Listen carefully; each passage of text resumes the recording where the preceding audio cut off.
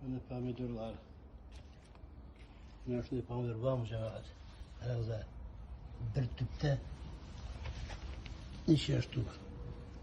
Allah.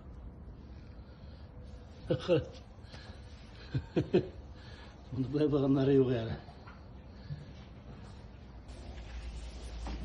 Ne yapıyorlar? Allah. Şimdi ekiyet.